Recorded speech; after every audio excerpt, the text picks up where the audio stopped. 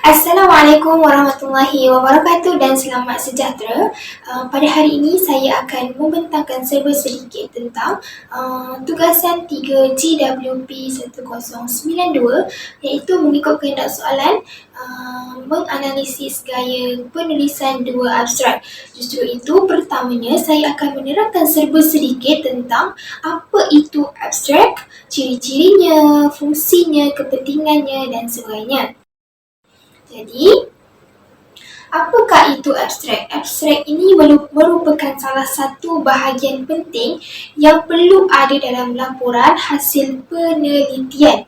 Abstrak ini biasanya ditampilkan pada bahagian awal sebuah laporan penelitian sebagai informasi ataupun sebagai maklumat singkat dan general mengenai isi laporan ataupun isi kajian yang hendak dilakukan secara keseluruhan. Di samping itu, abstrak ini kebiasaannya dibuat dalam dua bahasa, iaitu ada bahasa Inggeris dan juga bahasa ibu tempat laporan itu disediakan. Penggunaan dua bahasa ini dimaksudkan agar karya ataupun laporan penyelidikan ataupun kajian-kajian yang dilakukan itu dapat digunakan dengan baik oleh orang-orang yang berasal dari negara tempat laporan penelitian tersebut dibuat maupun oleh orang-orang yang berasal dari negara luar di luar tempat penelitian tersebut dibuat.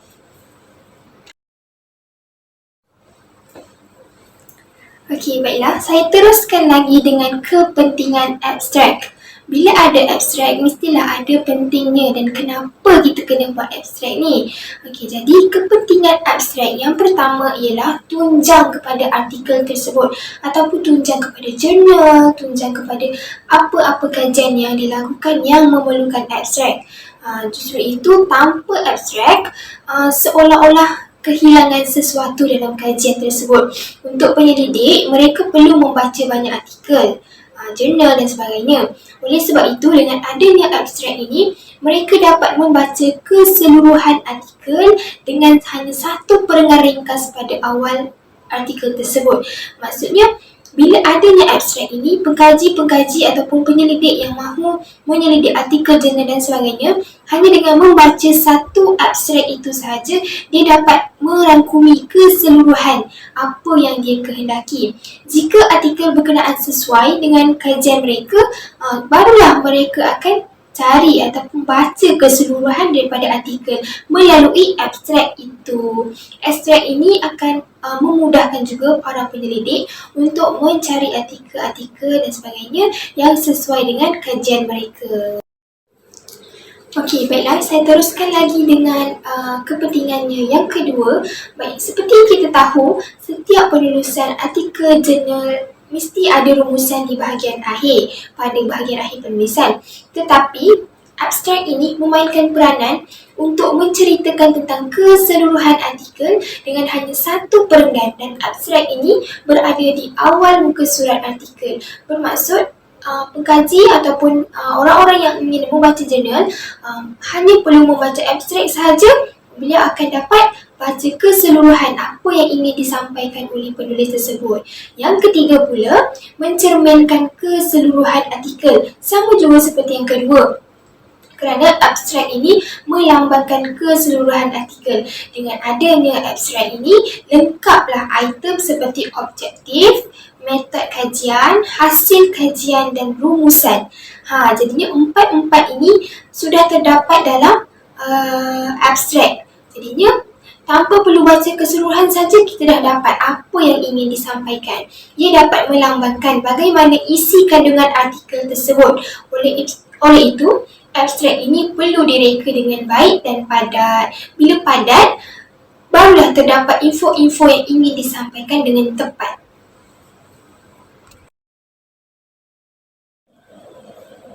Saya teruskan lagi dengan ciri-ciri abstrak ini. Abstrak ini hanya memuat metod bekerja dari pengumpulan data sampailah penyimpulan data yang sudah diolah.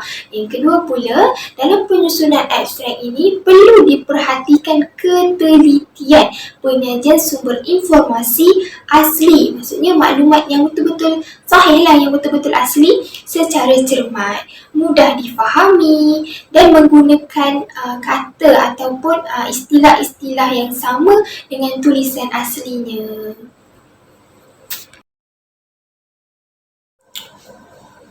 Okey, seterusnya, bila ada abstrak, ada kepentingannya, ada ciri-cirinya, mesti kena ada fungsi abstrak itu yang tersendiri. Maka saya jelaskan.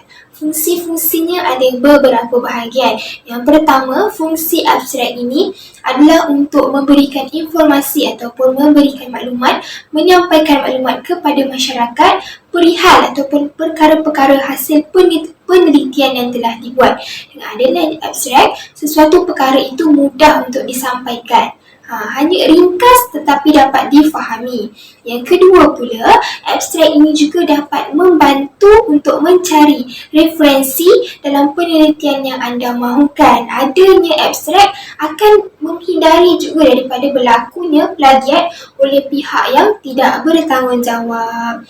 Yang seterusnya, yang ketiga, hal ini dimaksudkan untuk memudahkan seseorang itu mengetahui hasil penelitian tanpa harus membaca keseluruhan penelitian yang panjang.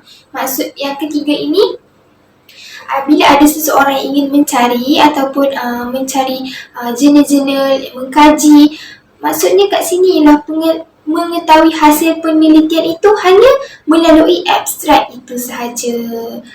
Ringkas tetapi dapat dimanfaatkan ataupun difahami dengan betul.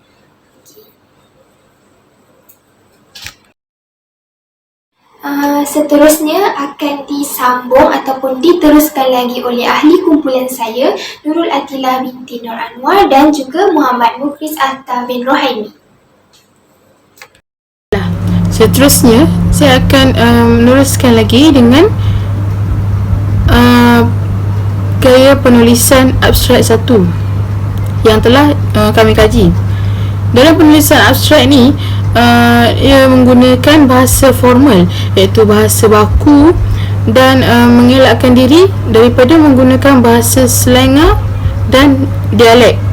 Penggunaan bahasa formal digunakan dalam bahasa rasmi dan bebas dari unsur slangar, bahasa pasar, bahasa basahan, bahasa halus, bahasa kasar dan dialek. Bahasa formal ni dia terikat dengan ragam bahasa yang amat mementingkan ayat dan imbuhan yang gramatis seperti sebutan dan intonasi suara yang tepat serta pilihan kosakata yang tepat. Menurut Mat Sidin Ahmad Ishaq dan Muhammad Saleh Rahmat 2008, bahasa formal ni dia bersifat baku, iaitu sempurna dari segi penggunaan aspek-aspek bahasanya, betul ejaannya, tata bahasa, istilah, penggunaan kata, laras bahasa dan juga sebutannya.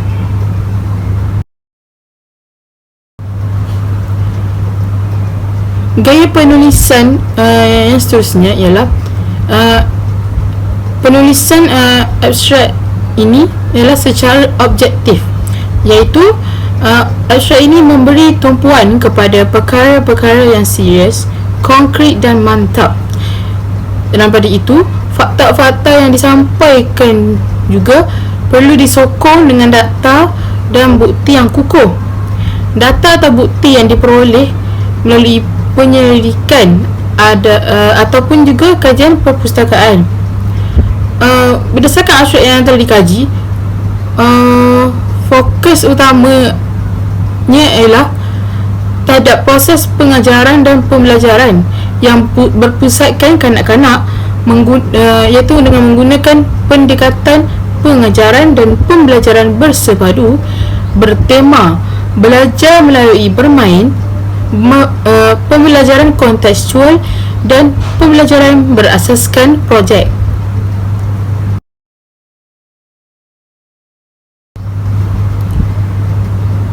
selain itu,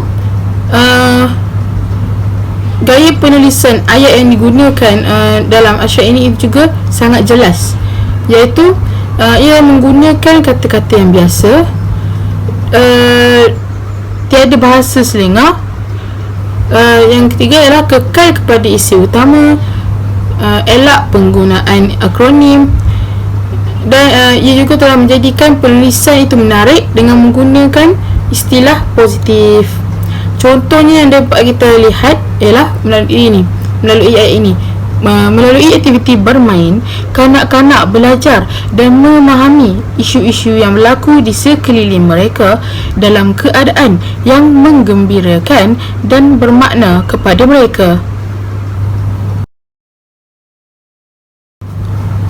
Seterusnya ialah perkembangan idea yang telah digunakan dalam abstrak ini adalah secara logik, iaitu mempunyai koheren dan kohesi.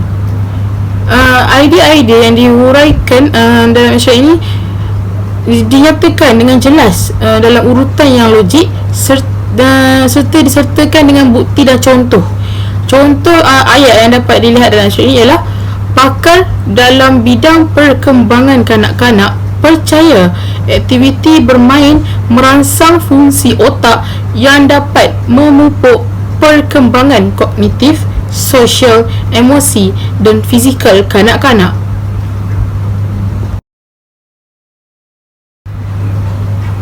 Berdasarkan abstrak yang dikaji ini, ia mempunyai satu ayat yang menggambarkan latar belakang kajian abstrak tersebut, iaitu ayat yang digunakan ialah bagi membincangkan kepentingan pendekatan aktiviti bermain dalam perkembangan bahasa dan literasi kanak-kanak.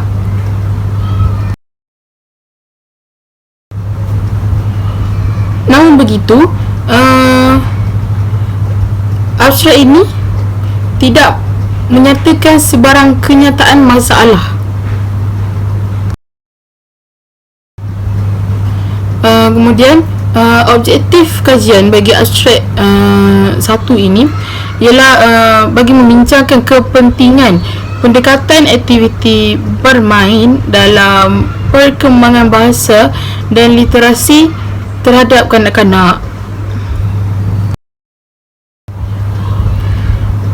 Metodologi kajian bagi abstrak satu ini ialah dengan menggunakan pendekatan pengajaran dan pembelajaran bersepadu bertema belajar melalui bermain, pembelajaran kontekstual dan pembelajaran berasaskan projek.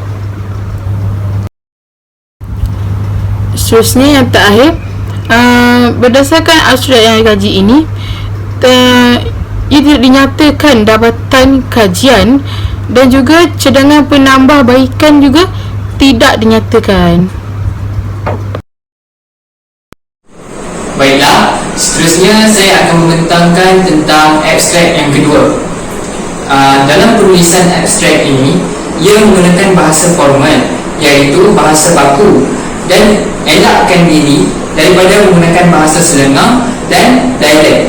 Penggunaan bahasa formal digunakan dalam bahasa rasmi dan bebas dari unsur selengah, bahasa pasar, bahasa halus, bahasa kasar dan dialek.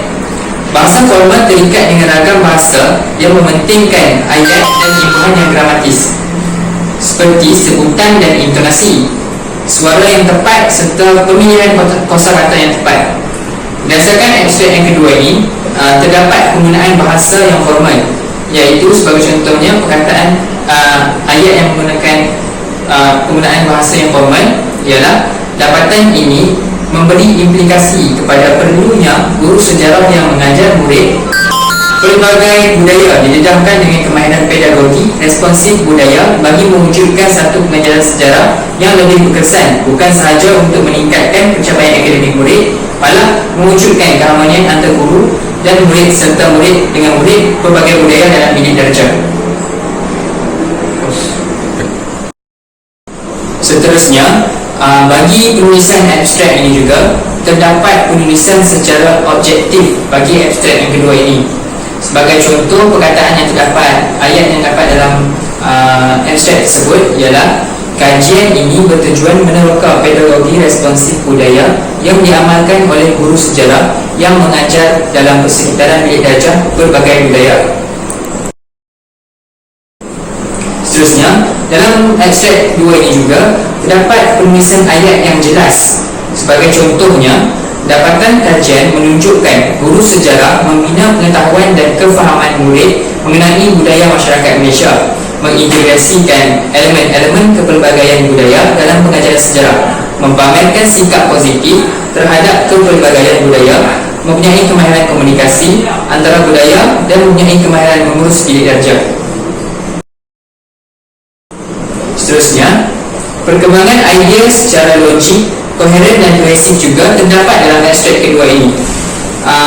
Maksud bagi perkembangan idea secara logik, koheren dan kohesif ini ialah idea-idea dihuraikan dengan jelas dalam urutan logik serta bukti dan contoh. Sebagai contoh, berdasarkan abstrak 2 ini, kajian yang menggunakan reka bentuk kajian penerokaan kualitatif ini menggunakan 6 sampel yang dipilih melalui kaedah persampelan bertujuan. Data dipungut melalui kaedah temubual dan pemerhatian dengan menggunakan protokol temubual, manakala data pemerhatian dipungut menggunakan protokol pemerhatian. 3. Seterusnya, dalam abstrak kedua ini juga terdapat latar belakang kajian. Sebagai contoh ayat yang terdapat dalam abstrak kedua ini ialah memberi implikasi kepada perlunya guru sejarah yang mengajar murid pelbagai budaya didedahkan dengan kemahiran pedagogi responsif budaya bagi mewujudkan satu pengajaran sejarah yang lebih berkesan, bukan sahaja untuk meningkatkan pencapaian akademik murid, malah mewujudkan keharmonian antara guru dan murid serta murid dengan murid pelbagai budaya dalam bilik darjah. Seterusnya adalah kenyataan masalah. Bagi abstrak kedua ini, kenyataan masalah tidak terdapat pada abstrak kedua ini. Seterusnya ialah objektif kajian. Objektif kajian terdapat dalam abstrak kedua ini. Sebagai contohnya, kajian ini bertujuan meneroka pedagogi responsif budaya yang diamalkan oleh guru sejarah yang mengajar dalam persekitaran bilik darjah pelbagai budaya. Seterusnya adalah metodologi kajian. Metodologi kajian ini ialah sebagai kaedah yang digunakan dalam kajian oleh penulis tersebut. Metodologi kajian ini juga terdapat dalam abstrak yang kedua ini. Sebagai contohnya, kajian yang menggunakan reka bentuk kajian penerokaan kualitatif ini menggunakan 6 sampel yang dipilih melalui kaedah persampelan bertujuan. Data dipungut melalui kaedah temubual dan pemerhatian dengan menggunakan protokol temubual, manakala data pemerhatian dipungut menggunakan protokol pemerhatian. Jadi kita dapat lihat penulis ini menggunakan kaedah-kaedah untuk menyelesaikan kajian-kajian tersebut. Seterusnya ialah dapatan kajian. Dapatan kajian juga terdapat dalam abstrak yang kedua ini. Sebagai contohnya, penulis menggunakan dapatan kajian, menerangkan dapatan kajian dalam abstrak beliau. Sebagai contohnya, dapatan ini memberi implikasi kepada perlunya guru sejarah yang mengajar murid pelbagai budaya didedahkan dengan kemahiran pedagogi responsif budaya bagi mewujudkan satu pengajaran sejarah yang lebih berkesan, bukan sahaja untuk meningkatkan pencapaian akademik murid, malah mewujudkan keharmonian antara guru dan murid serta murid dengan murid pelbagai budaya dalam bilik darjah. Seterusnya adalah cadangan penambahbaikan. Cadangan penambahbaikan ini juga digunakan oleh penulis dalam penulisan abstrak beliau. Sebagai contohnya, guru sejarah membina pengetahuan dan kefahaman murid mengenai budaya masyarakat Malaysia, mengintegrasikan elemen-elemen kepelbagaian budaya dalam pengajaran sejarah, memamerkan sikap positif terhadap kepelbagaian budaya, mempunyai kemahiran komunikasi antara budaya dan mempunyai kemahiran mengurus bilik darjah. Jadi penulis ini menerangkan cadangan-cadangan yang boleh dilakukan pada masalah itu untuk diselesaikan melalui cadangan penambahbaikan ini. Oleh itu, kesimpulannya, penulisan abstrak merupakan sinopsis bagi menerangkan isi kandungan sesuatu laporan atau kajian yang dilakukan oleh penulis.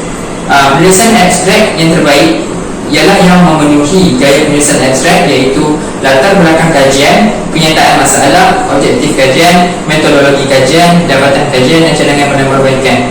Oleh itu, penulis perlulah menggunakan keupayaan dalam menulis ilmiah supaya artikel yang ditulis itu dapat menjadi satu penyampaian ilmiah yang terbaik. Sekian saja daripada kumpulan kami. Sekian, terima kasih.